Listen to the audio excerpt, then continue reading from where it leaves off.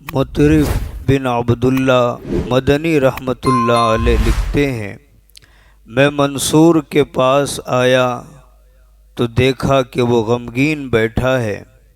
اس نے مجھ سے کہا، اے مطرف، میں ایسی پریشانی میں مبتلا ہوں کہ اللہ کے سوا اور کوئی اس کو دور نہیں کر سکتا۔ کیا کوئی ایسی دعا ہے جو میں پڑھوں تو اللہ تعالی میری پریشانی کو دور کر دے؟ میں نے کہا، اے امیر المومنین، اہل بصرہ کے ایک آدمی کے کان میں ایک مچھر داخل ہو گیا تھا اور کان کے سوراخ میں چلا گیا، جس کی وجہ سے اس نے ساری رات بیداری میں اور دن سخت پریشانی میں گزارا۔ اس کی زندگی تلخ ہو گئی۔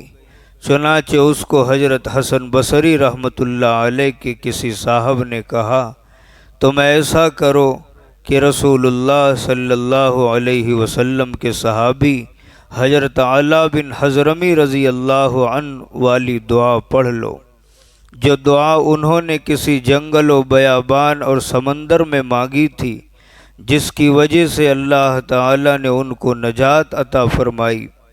اس نے پوچھا، وہ واقعہ کیا ہے؟ انہوں نے کہا کہ حضرت علا بن حضرمی رضی اللہ عنہ کو بحرین کی جانب بھیجا گیا۔ وہ کسی جنگل میں چل رہے تھے۔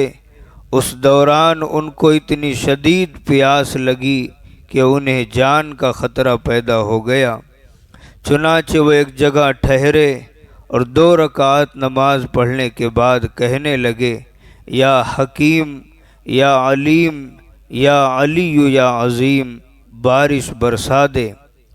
چنانچہ بادل کا ایک ٹکڑا آیا اور اتنی بارش ہوئی کہ انہوں نے برتن بھر لیے اور سواری کے اونٹ کو بھی پانی پلایا۔ پھر وہ خلیج بحر کی جانب چل دیے، جس کا پانی اس روز نیچے چلا گیا تھا۔ چنانچہ ان کو وہاں کوئی کشتی نہ ملی تو انہوں نے پھر 2 رکعتیں پڑھی اور کہا، یا حکیم، یا علیم، یا علی، یا عظیم، ہمیں پار لگا دے۔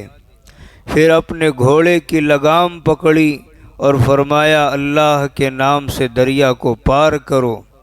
حضرت ابو ہریرہ رضی اللہ عنہ فرماتے ہیں، چنانچہ ہم پانی پر چلے، اللہ کی قسم ہم میں سے کسی کا پاؤں تک گیلا نہیں ہوا اور نہ ہی سواریوں کے جانوروں کے کھر گیلے ہوئے، حالانکہ لشکر کی تعداد 4000 تھی۔ یہ سن کر اس آدمی نے بھی یہ دعا پڑھی تو اللہ کی قسم ابھی ہم باہر نہیں آئے تھے کہ اس کے کان سے